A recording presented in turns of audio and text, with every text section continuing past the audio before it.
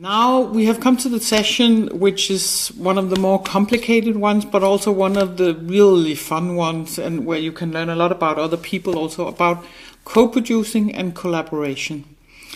It's complicated stuff, but it's also where you really get to know new people. And if there's a lot of talk about that it's so beneficial to go into co-producing, and we've been doing it more and more nationally here in Denmark, and now maybe it's time to go out and do some more international co-producing. You have to remember when you start going into this area that first of all it's voluntarily. You have to want to co-produce with other people, and that's not necessarily your style. Maybe you have such a particular kind of work and you don't want to have it negotiated with other people, and then leave it and don't go into the co-producing part.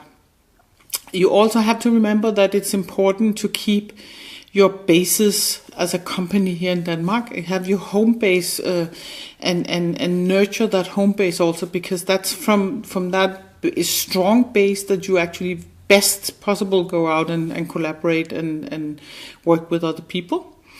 You have to be very clear about the agreements that you make to other people. You have to nurture the relationships that you build on when you co-produce. And then there's the thing about that, of course, you have to be aware that it's always the artistic content which is the essence of co-producing. You have to want to expand your artistic competences and keep that artistic core of your work. Never give loose of who you are and what you're doing as an artist. There's no specific rules about how to co-produce and collaborate. People have done it in so many different ways, but you need to be aware of the expertises and competences you have in your own organization and backdrop in order to be able to co-produce with other people. Otherwise, you might be run over by some more experienced people and not be considered what is the actual needs of you and your organization. I have actually built up and said there's 6 different kind of models that I'm mentioning down below on how to and why to co-produce. And the first one is that the classical way that we talk about co-producing is pre-financing. It's a way to go out into international festival organizers and presenters and say, if you want to be a part of my new production, you can chip into the performance fee of the production by being a co-producer. They will often do that because they are if you are a good name, if you have established yourself as a good performer or a good artist in the performing arts field, they will be interested in having you as the first presenters of your work.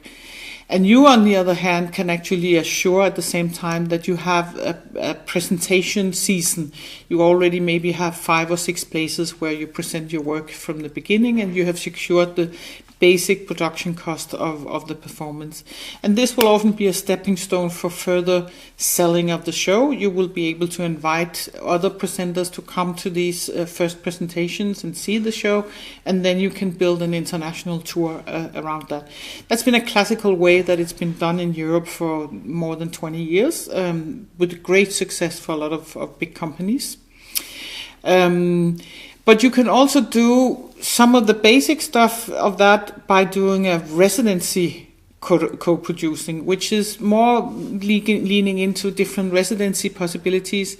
And this can be both in research phases, but it can also be in the end phase of a production where you need to set the light and the sound and everything. And you can chip in by having 4 different places where you are in residency, and then you can co-produce your performance like that. It's easier to get into as a younger artist. Then you can actually be commissioned as an artist. This is normally the top, that's the top quality, that actually there's a festival saying we will commission you a new work. and that's normally co-producing will be initiated by a producer and an artistic company, but in this case it's actually the festival that initiates a collaboration, and they have the responsibility for producing the performance and getting the right people connected to that performance. That part normally would be that you still, as an artist, keep the rights to the performance and the rights to tour the performance afterwards, if it's possible to tour it. So it's a very advantageous position to have that. The same thing can happen more and more in the recent years. What has been developed is it's festival networks that goes together to commission work. Or it can be theater people from different parts of Europe going together to create a European project, which is circuit around producing together and presenting work together and commissioning specific artists to work. This model is quite complicated, and you need to probably have some experience before you go into something like that. Then there's one of the what I think is very beneficial at the moment, an artist-to-artist co-producing. And the case video we have for you is actually focused on that kind of collaboration, where two artists, two theater groups, or more for that sake, go together and themselves co-produce the work by using the competences of the different partners. That is complicated in another way, because you have to get really clear about who has the right for the artistic work, who has the final call for the artistic work, and how is the work going to be developed further. The last little bit uncommon model that I'm mentioning here is a return of investment model, where you actually this is usually would be used in more commercial kind of work.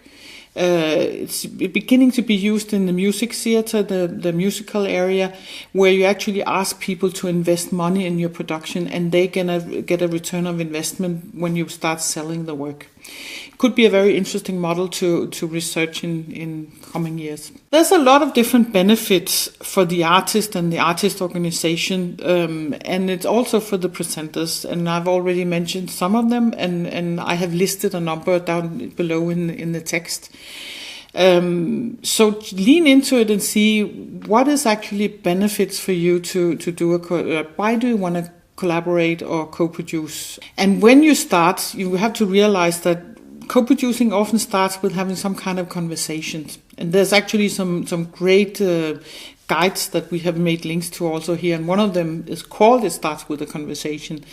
It's about wanting to know more about each other as partners. It's a curiosity towards each other that you're building on when you do the best co-productions, at least, are built on that. And that is a collaboration that you need to nurture by keep being curious about your partners, keep communicating with them, keep investigating what you're doing together. And at the same time that you opened the collaboration and you broaden it as much as possible, it's also important to be clear about who is actually the lead partner of a project. Who is the one who is responsible for the budget and for gathering the money and the funding for production. That's advisable to actually be very clear on that. You need to make a lot of legal work, a lot of very particular agreements, and use the time to actually be precise in your agreements around how you work together in these kind of collaborations, because and they might change under the way. Something might happen to the project. You also have to be aware of the risks involved in doing co-productions on a larger scale here in Europe, and how would you tackle different kind of risk on the artistic level and on the practical technical level, on the budget level. So sometimes I wonder, it's a miracle that so many co-productions actually are successful, because there's a lot of obstacles to go around. But it's also very fun, because you need you really get to know people on a deeper level that you do co-productions and collaborations within this realm.